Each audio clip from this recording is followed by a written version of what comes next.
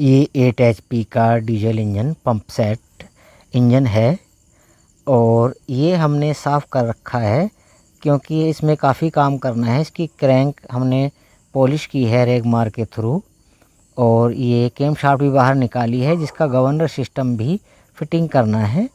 और ये आप सभी सामान देख सकते हैं, ये पुराना लाइनर पिस्टन ही था जो काफ़ी जंग लग गया था इस पे और हमने इसको साफ़ किया है। ये कटा नहीं है अभी। रोकर बॉक्स को क्लीन कर लिया है। ये पंप प्लेट पंप लीवर भी बिल्कुल सही है। गवर्नर असेंबली, ये हैंडल रेडी और गवर्नर वेट वगैरह ये रखे हुए हैं। सभी सामान क्लीन करके रखा है। ये कनेक्टिंग रोड में CR बुश लगवाया है और ये गजन पिन भी हम नहीं लगाएंगे। तो ये सभी सामान देख सकते हैं, बिल्कुल साफ़ सफाई के साथ रखा हुआ है। तो ये देख सकते हैं आप, नोज़ल पुरानी लगाएंगे और ये मोबिल वगैरह भी इसमें नया डालेंगे। ये नट बोल्ट भी क्लीन कर लिए हैं और ये पिस्टन भी हमने साफ़ कर ली है। अब असेंबल करेंगे। तो सबसे शुरुआत करते हैं, ये गवर्नर सिस्टम सेट करेंगे। एक गोली लगाएंगे इसमें। गोली के बाद ये नई पुश प्लेट, जिसको छतरी सलाई भी कहते हैं, इसको लगाकर हम इस तरह से पीछे से गवर्नर वेट लगा लेंगे। गवर्नर वेटों को लगा करके इधर से हम पिन लगाएंगे। इसी साइड से जिस पोजीशन में मैंने रखा है इधर से लगाएंगे तो ज़्यादा अच्छा है। साइड ध्यान रखें अपनी तरफ करके इस तरह से पिन लगाएं और फिर गवर्नर स्प्रिंग लगा देंगे। पहले अगली वाली साइड में लगाएंगे नीचे से और आगे ऊपर की तरफ से इसको लगाएंगे एक स्प्रिंग से खींचकर। ये आसानी से लग जाते हैं इस तरह से और इसी तरह से दूसरा भी हम लगा लेंगे। तो ये इस तरह से ये इसका वर्क होता है। राउंड आने पर ये वेट फैलते हैं और ये हम एक कैम सलाई लगा कर दिखा देते हैं। राउंड जब लेंगे तो ये वेट फैलते हैं और ये ऊपर की ओर जाकर ये गवर्नर असेंबली में टच हो जाती है और कंट्रोल शुरू हो जाता है। तो ये सिस्टम यहाँ ये इस तरह से वर्क करता है यहाँ से। तो अब इनको हम पिनों को झंड कर लेंगे ताकि निकले नहीं। इस तरह से झंड करेंगे अच्छी तरह से और अब हम लगाएंगे गवर्नर असेंबली को। गवर्नर असेंबली लगाने से पहले हम इस प्लेट को लगाएंगे। प्लेट को लगाकर एक पैकिंग लगाएंगे। पैकिंग लगाने के बाद असेंबली को फिट करेंगे। इसमें 4 बोल्ट लगते हैं। 4 बोल्टों के थ्रू गवर्नर असेंबली को टाइट कर लेंगे। ये देखिए काफ़ी अड़ास में भी होता है एक बोल्ट, तो हमको ये चाबी की मदद से अच्छी तरह से टाइट कर लेने हैं। ये सभी बोल्टों को अच्छी तरह से टाइट करेंगे। 2.5 सूत की चाबी इसमें लगती है, 13 नंबर भी लगती है। अब हम कैम शाफ्ट फिट करेंगे तो चाबी को आकाश की दिशा में कर लेंगे क्योंकि हम इस तरह से कर लेंगे। दोनों को विपरीत दिशा में बिल्कुल सेंटर में कर लेंगे। इस तरह से देख करके बिल्कुल सामने से देखेंगे और इनको सीधाई में ले करके तभी हम कैम शाफ्ट डालेंगे।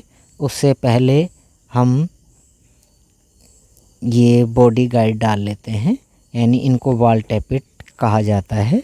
इनको डाल करके अब इसको इस तरह से हम सीधाई में लेंगे। दोनों कैम, ठंडा और गर्म दोनों कैमों को सीधा ले लेंगे। सीधा लेकर के तब हम कनेक्टिंग रोड को, कैम शाफ्ट को डालेंगे और इसका ये होल इस होल के सामने करके डालेंगे ताकि यहाँ फिक्सिंग बोल्ट इसको रोकने का काम करता है वो लग जाए। अब इस तरह से हम इसको बैठा लेंगे। बैठाने के बाद अब सबसे पहले हम इसका एक पेचकस डाल करके चेक कर लेंगे कि ये सामने आ गया है या नहीं। अब हम ये फिक्सिंग बोल्ट लगा लेंगे जो कैम शाफ्ट को रोकने का काम करता है। अब इसको देख लेंगे। इसको टाइट करने के बाद इसमें प्ले नहीं रहनी चाहिए और ये टाइट भी ना हो, इतना हम इसको टाइट करेंगे। बोल्ट को ज़्यादा टाइट करेंगे तो ये टाइट होकर बुश चिपक जाएगा और ख़राब हो जाएगी कैम शाफ्ट भी।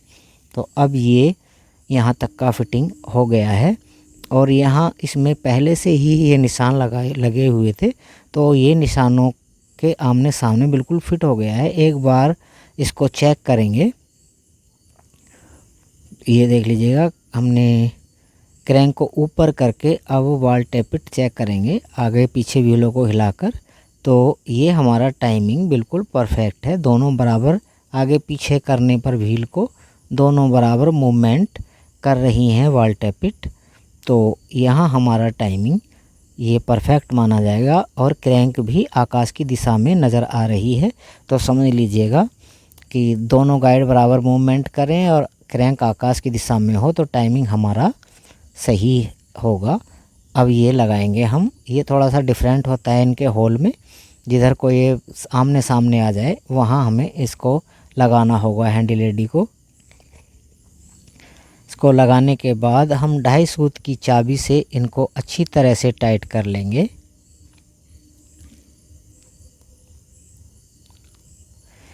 अब क्रैंक को साफ़ करेंगे, अंदर से कपड़ा डालकर जो मोबिल वाला गेज होता है उसकी मदद से हम साफ़ कर लेंगे। और अब यहाँ तक का कार्य पूरा हो चुका है, तो पैकिंग लगाकर अब ये गियर टापा भी यहाँ लगा लेंगे। इसके सभी नट बोल्ट अच्छी तरह से टाइट करेंगे। 13 नंबर की चाबी या 2.5 सूत की चाबी दोनों एक ही समान होती हैं, तो उससे हम इसको टाइट कर लेंगे।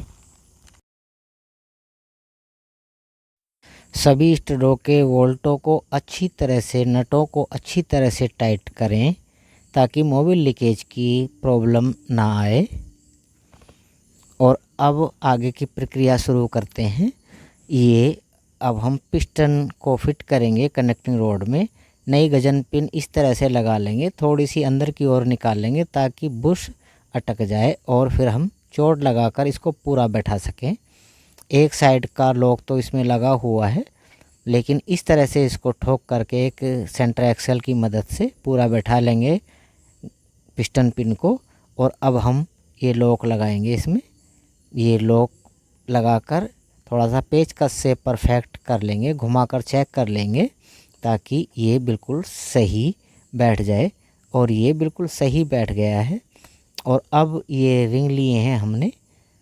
रिंग इसमें ये टॉप क्रोम के रिंग होते हैं, एक रिंग टॉप क्रोम का होता है और 2 कंप्रेसर रिंग होते हैं जो कास्ट आयरन के होते हैं, सादे रिंग। ये देख सकते हैं आप, तीनों रिंग अलग अलग दिखाई दे रहे हैं। और एक चौथा रिंग जो ऑयल रिंग होता है उसमें स्प्रिंग होता है। तो ये 4 रिंग इस तरह से हैं, एक टॉप क्रोम का रिंग, 2 कंप्रेसर और एक ऑयल रिंग स्प्रिंग वाला। तो अब सबसे पहले हम स्प्रिंग निकाल कर पिस्टन के ग्रुप में फिट कर लेंगे। ये इस तरह से फिट करके हम अब ऊपर से ऑयल रिंग को लगाएंगे और ये स्प्रिंग ऑयल रिंग के नीचे आ जाना चाहिए ग्रुप के अंदर। तो इस तरह से फिट करेंगे इसको ताकि ये अच्छी तरह से बैठ जाए। ये बैठ गया है। और अब हम सिंपल वाला रिंग, कास्ट आयरन वाला रिंग नीचे लगाएंगे एक, और एक दूसरा वाला कास्ट आयरन का रिंग भी ये डाल देंगे। अब ये टॉप क्रोम का रिंग है, इस पे क्रोम चढ़ा हुआ होता है वाइट कलर का, तो इसको सबसे ऊपर लगाएंगे। इस तरह से हमने ये सभी रिंगों को सेट कर लिया है। अब थोड़ा सा डीजल लगाएंगे ताकि जो भी बाकी गंदगी है सब ये इसमें से साफ़ हो जाए और घुमा कर रिंगों को पानी के थ्रू इसकी सफाई कर लेंगे। ये देख लीजिएगा, ये सभी सफाई इसकी हो चुकी है। कपड़े से साफ़ करने के बाद ही इसमें लुब्रिकेटिंग ऑयल लगाकर अब रिंगों को सेट करेंगे। रिंग सेट करने का तरीका समझ लीजिएगा, बिल्कुल आसान तरीका है। यहाँ टॉप क्रोम का रिंग एक साइड में लगाएंगे, एक रिंग को छोड़ देंगे। अब तीसरा रिंग लेंगे। ये देखिए, पहला रिंग यहाँ हमने सेट किया है, बीच वाला रिंग छोड़ दिया है ये, और तीसरे रिंग पर हम पहुँचे हैं। पहला रिंग यहाँ और यहाँ से सब हटे हुए हैं। अब पलट लेंगे। अब जो सेकंड रिंग है, दूसरा वाला रिंग, उसको लेंगे और उसको इस साइड में फिट करके ऑयल रिंग यहाँ फिट करेंगे। सभी रिंग विपरीत दिशाओं में फिट कर लेंगे और गजन पिन साइड को कोई एक रिंग यहाँ हो गया है, एक रिंग छोड़ दिया है तो तीसरा रिंग यहाँ है। अब पलट करके एक बार चेक करेंगे, जो दूसरा रिंग है वो यहाँ है और ऑयल रिंग यहाँ है। तो इस तरह से पोजीशन आप चेक कर सकते हैं। गजन पिन से हटे हुए सभी रिंगों के मुंह हैं। और अब हम पिस्टन को कैसे डालें, ये जो ग्रुप देख रहे हैं ये 5 होल की तरफ रहने चाहिए। पिस्टन के ये 2 ग्रुप ये 5 होल की तरफ हमें रख करके अब हमें पिस्टन को बैठाना होगा। पिस्टन को इस तरह से बैठा लेंगे, उंगली के द्वारा ऊपर सीधे खड़े हो जाएं, बैठकर रिंग ना लगाएं, नहीं पढ़ पाएंगे, दिक्कत आएगी। तो आप खड़े होकर ही रिंग को बैठाते रहें। दोनों हाथों की उंगलियों की मदद से रिंगों को दबाते हुए पिस्टन को बैठाते रहें और इस तरह से बड़ी आसानी से ये रिंग बैठ जाते हैं। थोड़ा सा ये ऑयल रिंग टाइट होने के कारण ठोकना पड़ा है, इसमें कोई दिक्कत नहीं है, लेकिन ठोकिए आराम से। तो इस तरह से एक बार चेक कर लेंगे। बिल्कुल ये बिल्कुल फ्री चल रहा है, जैसा चलना चाहिए। अब हम ये CR बेरिंग लेंगे, क्योंकि अब CR बेरिंग लगाने की बारी है। तो ये कट में फंसा लेंगे इसको और इस तरह से ठोक देंगे। ध्यान रहे स्क्रैच ना आए इन पर। और इस तरह से इसको भी लगा लेंगे निचले वाले को। और अब हमने ये 2-3 पैकिंग लिए हैं, 4 पैकिंग हैं। तो ये क्लियरेंस पैकिंग लिए हैं, पुराने वाले हमने निकाल दिए हैं, वो ख़राब हो चुके थे। तो हमने अंदाज से ये 4 पैकिंग इसके अंदर लगाए हैं। यहाँ पर क्रैंक के ऊपर लुब्रिकेटिंग ऑयल लगा लेंगे और अब हम लुब्रिकेटिंग ऑयल लगाकर CR पर भी लगा लिया है, यानी CR बेरिंग पर। और पहले हम क्रैंक पर टेक लेंगे कनेक्टिंग रोड को और इस तरह से सिलेंडर ब्लॉक को बैठा लेंगे और एक साइड को करके अब इसको सेट कर लेंगे। यहाँ इसमें मार्किंग होती है, निचले वाले हिस्से में भी और ऊपर वाले में भी मार्किंग होती है। तो जिस साइड में दोनों मार्किंग आए उसी साइड को करके हम ये CR बेरिंग फिट करेंगे, यानी ब्रास फिट करेंगे। इस तरह से पकड़ लेंगे और एक दूसरे हाथ की उंगली से लॉक को लगाकर रोकेंगे और एक दूसरे हाथ से नट को टाइट कर लेंगे और फिर 18 नंबर के पाने से इसको टाइट करेंगे अच्छी तरह से। और अब हम लॉक मोड़ देंगे। अच्छी तरह से टाइट करने के बाद ही लॉक मोड़ें। दोनों साइड के लॉक हमने मोड़ दिए हैं। और अब हम चेक करेंगे पिस्टन का गैप, यानी पिस्टन क्लियरेंस। कितनी पिस्टन हमारी नीचे रहनी चाहिए और कहाँ पर रहनी चाहिए, ये देख लीजिएगा। पिस्टन को मूव किया जा रहा है आगे ऊपर नीचे और इसको सेट कर लिया गया है। ये बिल्कुल टेपर की बराबर है। जो हमारा लाइनर का ऊपर वाला टेपर होता है हल्का सा, वहाँ तक पिस्टन हमारी रहनी चाहिए। नीचे भी ना हो तो ज़्यादा दिक्कत आएगी और ऊपर भी ना हो तो बाल टकराएंगे ऊपर आने पर। अब ये हम वाशर लगाकर इनको अच्छी तरह से टाइट कर देंगे। ये 5 सूत के नट होते हैं स्टडों के, बॉडी स्टड कहलाते हैं ये। 5 सूत के पाने से इनको अच्छी तरह से टाइट करेंगे। सभी नटों को, चारों नटों को बराबर बराबर टाइट करते चले जाएं। 2-3 बार में इनको टाइट करें, एक बार में एक नट को टाइट ना करें, इससे ब्लॉक टूटने का खतरा भी हो जाता है। और अब पिस्टन के ऊपर लुब्रिकेटिंग ऑयल हमने डाल लिया है और इसके बाद हम ये बॉन्ड लगा रहे हैं, गैस्केट बॉन्ड। गैस्केट बॉन्ड को लगाने के बाद अब ये हम यहाँ सेफ्टी के लिए कपड़ा लगाएंगे चारों तरफ भी, ताकि हमारे पानी की लीकेज बिल्कुल भी ना हो सके। ये इसलिए करना पड़ता है क्योंकि लाइनर कभी कभी अपनी स्थिति से थोड़ा सा ज़्यादा होता है उठा हुआ, तो ये कपड़ा कवर कर लेता है, पानी को मोबिल में जाने से रोक लेता है। तो ये हमने यहाँ पर लगा लिया है और ऊपर भी हमने ये एक कपड़ा लगा दिया है। इससे ये हमारी काफ़ी सेफ़ साइड हो गई है। कई इंजनों में पिछले पानी लीकेज की दिक्कत आई थी, तो मैंने ज़्यादा स्ट्रॉन्ग होकर ये कार्य करना शुरू कर दिया है। अब इससे पानी की लीकेज बिल्कुल भी नहीं जाएगी। कपड़ा लगाकर अब हमने गैस्केट लगाकर हेड को भी रख दिया है। हेड को अच्छी तरह से खींचे ताकि लुब्रिकेटिंग ऑयल में पानी ना जा पाए और गैस कट भी हमारा प्रेशर पर कटे नहीं। तो हम अच्छी तरह से इसको टाइट कर लेंगे। अब पुश रोड लगा लेंगे। दोनों पुश रोड को लगाकर एक पैकिंग लगाएंगे। ये बहुत साफ़ सुथरे तरीके से कार्य किया जा रहा है, बहुत तसल्ली से इस कार्य को किया जा रहा है। तो रोकर बॉक्स को पैकिंग लगाकर इस तरह से कस लेंगे। ये भी एक पाना है यहाँ, ये इस टाइप का, ये टामी गोटी जो भी है इससे टाइट हो जाते हैं अच्छी तरह से, कहीं चाबी अड़ती नहीं है। और अब हम टैपिटो को सेट कर लेंगे। जो भी थोड़ा बहुत फ़र्क आएगा उसको सेट करेंगे, क्योंकि इनमें थोड़ी सी प्ले रहनी चाहिए।